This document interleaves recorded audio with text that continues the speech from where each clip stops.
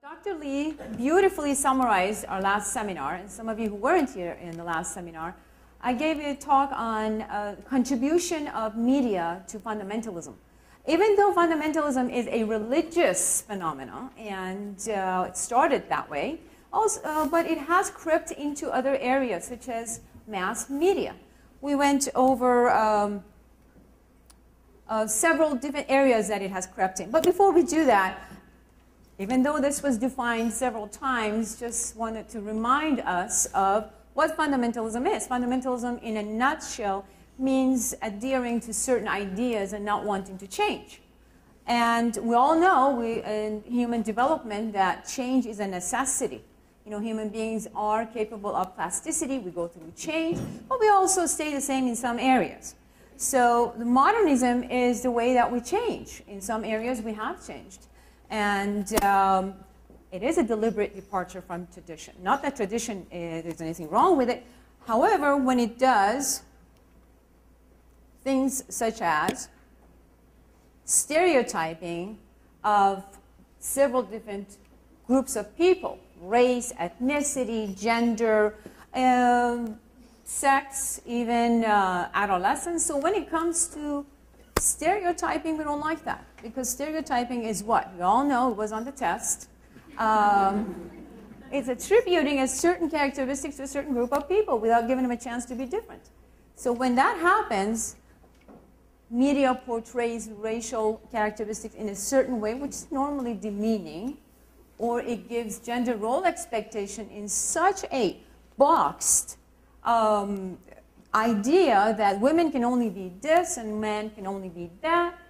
And also when it actually contributes. Now, we're not saying it's the cause. Those of you who are here from CAS 360, you know that it's very hard to show cause and effect, but we can show correlational in the way that media has contributed to certain behavior that in the modern times that we live, we should know better, such as contribution of alcohol, to increase of alcohol consumption in young people, contribution to the use of drugs, the contribution to the increase in teenage pregnancy. So those areas, we believe that is part of fundamentalism and the contribution of media to it.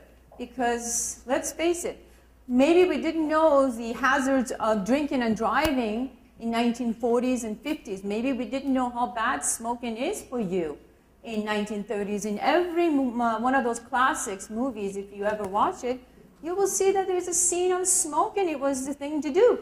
But let's face it, it's 2012 last time I checked, and we shouldn't be going through that. However, we see that since 1960s, there has been 3 times increase in scenes in the media that promote smoking.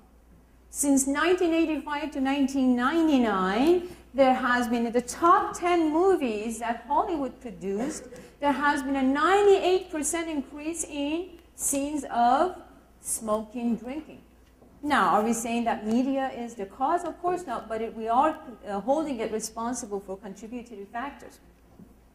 So this was a summary of what we talked about last time. Now, today we're here to look at the positive aspect of media. Of course, we live in the modern times. Can we live without the mass media? No. Should we be expected to live without mass media? No. Let's face it. I'll use an example, a household example. The kitchen knife that we all know, well, it has 2 sides. There's the bad side and the good side. Can you even imagine living without a kitchen knife? How could we function without a kitchen knife? However, that the same kitchen knife could be used in, crimes, murders, and in risky behavior. Media is the same way. If we use it the right way, we could put it to some good benefit of humanity. So, let's look at some of the areas that media has crept in fundamentalism, and we can come up with a solution to remedy that. Media creates culture. Mass media create culture. What does that mean? The way we talk, the way we dress, the way we act, what we like, what we don't like, what's popular, what's not popular, is part of cultural development that media It gives us. Whether we want it or not, we are exposed to it. Whether we like to be exposed to it, the subconscious mind is working at all times. Media use identifiable techniques that can be destructive. Yes, as smart as mass media seems to be, if we look for these techniques that they use, again, we're not saying that there's a conspiracy here. Please don't get me wrong. What we're saying is that these clever techniques are used so that they can make money. Media is in the business of making money. Last time, we were looking at this was that they're free to make money, but how are they influencing us? Another way is that media contain ideological and value messages. Parenting styles in some of the sitcoms you see. For example, is there diversity in family structure that media presents to us? Well, when they try to do that, they try to show us a humorous and at times dysfunctional diverse family, modern family. How many of you watch it? When you look at it, the intent is to give us a diverse version of a family in the modern living. However, what we see is a dysfunctional, everybody's out there to make fun of everyone else. So when they do try to be modern, unfortunately, because the fundamentalism creeps in, still the same thing. No change there. All right? So what we're proposing to combat fundamentalism in mass media, and what do we mean by mass media? Any sort of communication tool, advertisement, magazines, internet, any social networking, TV, video games, music videos, lyrics in a song, any of those is part of this mass media that every single day we're exposed to it. So what we're proposing is to use media literacy. Media literacy, in short, means using critical thinking. What is critical thinking? To question, to ask why, what, where, what's the reason, to analyze and to apply. Make your own conclusion. Don't let media to tell you about values and what you should be or should not be. So media literacy is the ability to access, analyze, evaluate, and create media in a variety of forms. All right? So it provides a framework to access and analyze and evaluate. It gives us the opportunity to analyze it. What you see is for you to analyze. So that they're not hiding from us. They're not hiding the fact that you watch a Tom and Jerry cartoon and there is a pipe going on and Tom and Jerry are smoking. Do I want my 3-year-old to see that? I don't think so. We call that cognitive priming, which means my 3-year-old is watching Tom and Jerry smoking after maybe a battle, after having a fight. Now they're doing the peace smoke, passing on the pipe. My 3-year-old doesn't understand what that means, but my 3-year-old, we all know, we've learned about this theory, cognitive priming. My 3-year-old is being conditioned to mimic this. And you see, children mimic with a pencil, and they show you that they're smoking. Where do they pick it from, right? So media literacy builds an understanding of the role of media in society. What is the role of media in our society? Is media our babysitter? Is media our value instructor? Is media there to entertain us? What is the role of media? What is the role of media in your life? Why do you use media? People who use Facebook tend to be more depressed than others because you see all these beautiful pictures of people having fun. Now, same weekend you were studying for my test. Right? So what is the role of media in your life? So here are step by step.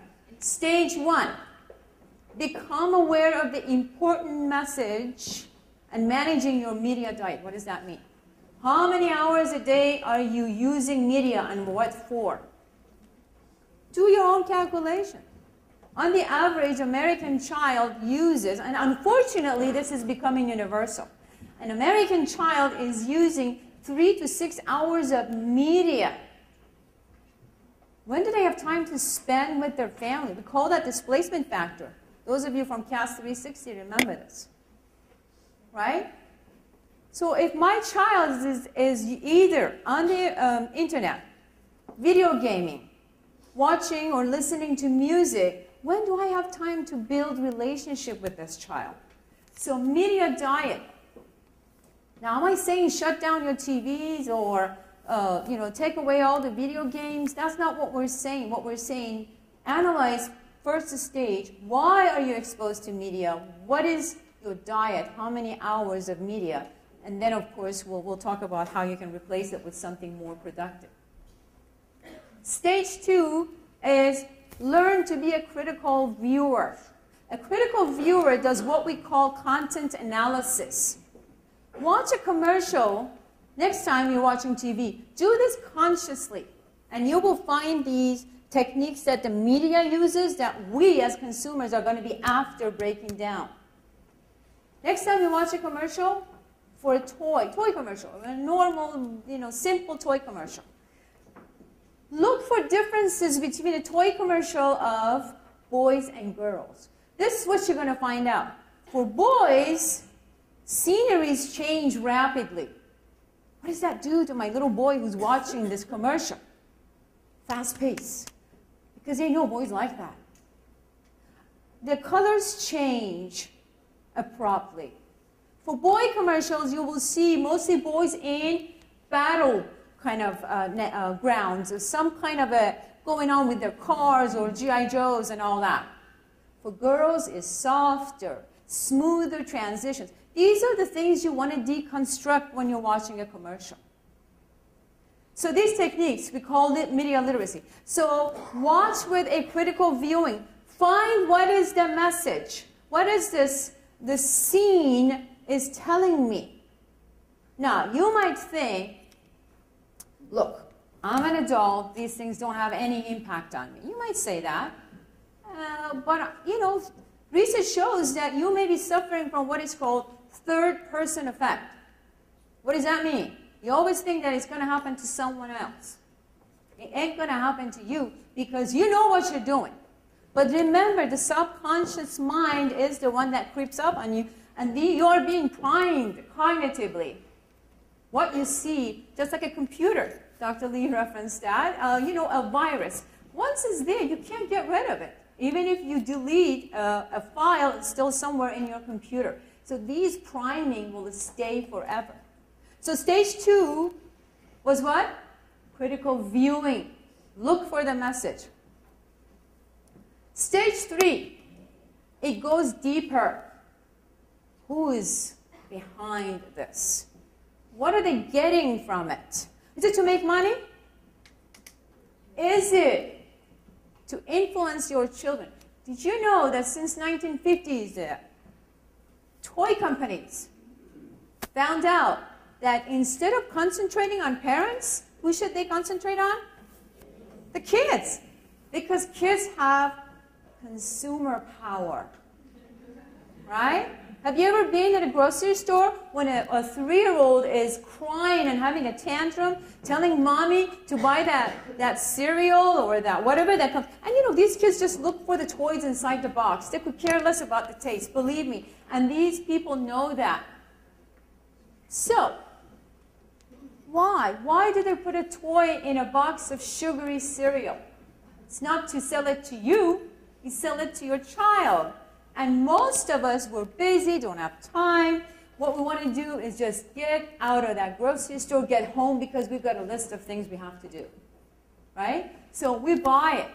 And why do you think they put next time, these are all part of media techniques. Next time you're at a grocery store, find out, look for where the items for children are. They're at the eye level of a 3-year-old and a 4-year-old. Because kids have consumer power. We found this out in the 1950s. What year was it? Did I say we were in? Was it 12,000? Yeah, 2012. So they've been banking on that for all these years. Are we aware of it? Yeah, you might say, well, I knew all that. She's not telling me anything I didn't know. Yes, but what are we doing about it? We knew it. What are we doing about it? All right? So, from theory to application, what does that mean?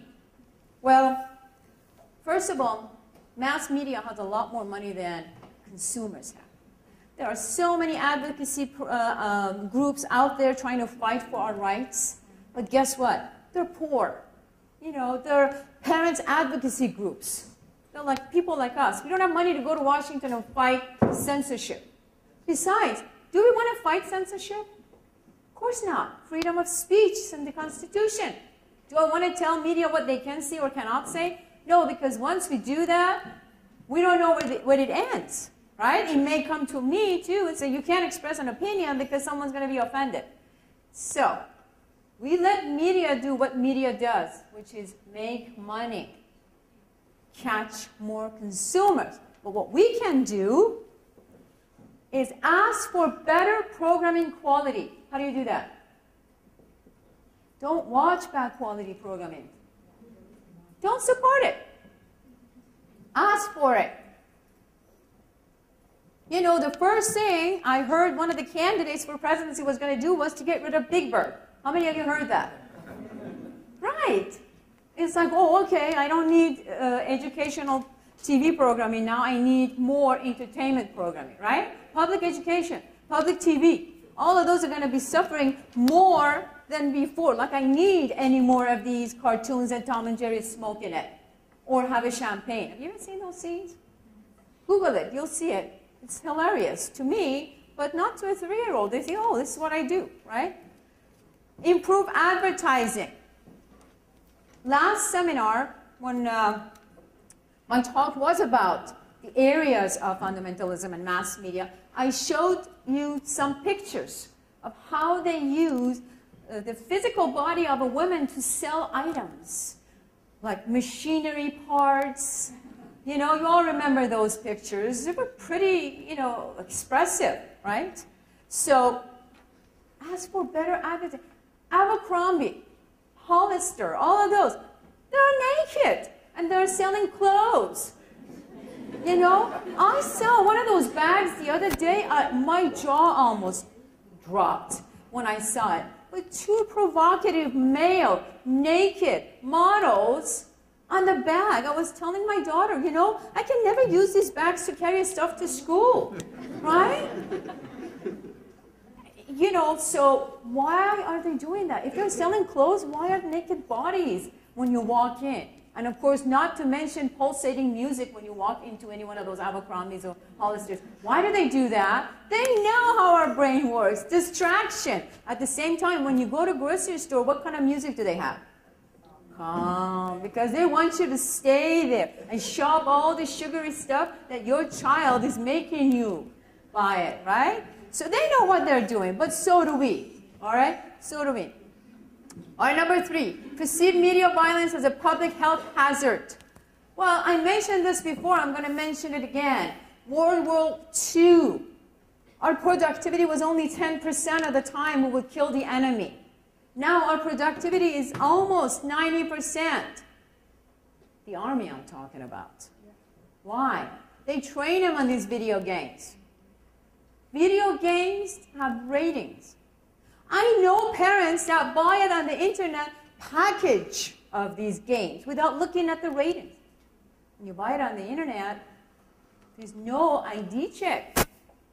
Now they have made it the law that when you go buy it in the store, you have to be accompanied by an adult. But if you buy it on the internet, and parents have no idea what's inside these video games. The army uses it to train their soldiers, to increase their productivity. Can you imagine being in a business that you only have 10% productivity? No. So they found a way, video games. So we have to be very, very careful when we buy video games. It has to be age appropriate. Create a uniform rating system for all media. What does that mean? We need to demand these things. There is a separate rating system for movies, you know, R-rated, NR, 17, all that, PG. Then there is a separate rating system for video games. Adult, E, all that. Then there is there's really not a rating system for musics, but they have to have a label on the CD box. Next time, look for it. That it has to say what it contains. But that's about it. So as a parent, if I haven't taken any of these classes, if I haven't taken media literacy, by the way, media literacy is a whole class for parents, and it is a whole class for children.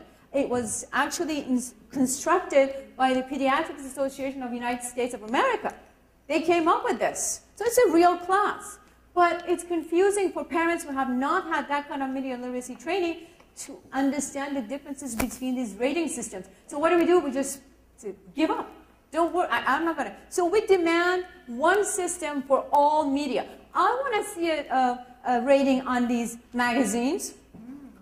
You know, my daughter gets 17, it's magazine, you know, and I look at it and say, what is this?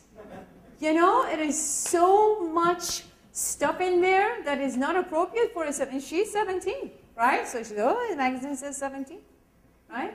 So we want to have ratings on magazines. Don't you want to know what's, you know, in the magazine before you buy it for your child? 5, improve the portrayal of sex and sexuality in the media. Next time you watch a music video, next time you watch television, how do they portray men and women? Men are always after sex, and women are always playing hard to get. Isn't that the message? Well, 85% of rape is by people that the woman knows. So is that the message I want to give to my 16-year-old? That when she's encountered by someone in her life, maybe a boyfriend or a friend who's, you know, a boy, that when she says no, the boy thinks, oh, it's just playing hard to get. I saw it on that music video. Women like to play hard to get. Is that the message I want to give to my daughter? Or to my boy at the same time? You know? We are very quick to dismiss these messages that media is giving us. Conduct more research. All right, I admit it. We said we don't have a direct link between media and its influences on child development. But we do have enough research to show correlational. That's good enough for me. If I see increase in rape and increase in media violence, I like to take a look at it. I like to take it serious. I don't want to dismiss it. So, but I do want to do more research. But like I said, most advocacy groups don't have the money. So it's hard to do that. But we need to continue to do research. Increase media education for children. How do you do that? Well, since we don't have time for a whole media literacy classroom, I'm going to give you a short version of it. Media literacy. Next time, first of all, don't ever let a child watch TV by themselves. Not even cartoons, not even educational programming. Watch it with them and ask them open-ended questions. Why do you think that he's smoking? Why do you think this beer commercial looks so much fun? It's by the pool and everybody is having a good time. Is that what happens to you when you drink beer? Start a conversation. Analyze it together. Increase media education for parents and health professions. I want my pediatrician to give a media literacy lecture to my 10-year-old. What's wrong with that?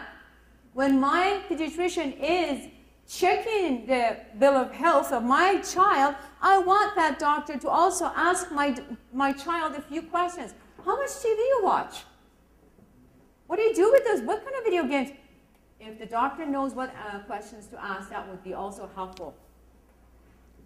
And use media to campaign health and pro-social purposes such as PSAs. Let's do more public service announcements. I want more celebrities to go out there. Not that I would want to look at a celebrity as a role model. However, when it comes from them, it's more influential than when it comes from parents. And step up media advocacy. When you leave this room today, become an advocate. Ask questions. And watch media with an critical. That is true. Smoking has come down. The rate of adolescents, especially adolescent smoking, has decreased. But unfortunately, alcohol consumption has gone up. So yes, the very nature of adolescence is risk-taking. They're in between childhood and adulthood. They're not quite sure what to do with all this information. So that's all wonderful. Yes, let your dollars speak for you as an advocate. That's a great advice. At the same time, we should expect risky behavior from adolescents that I don't need media to reinforce it by these music videos that use a lot of alcohol consumption, a lot of degrading of women and ethnic groups. So thank you very much.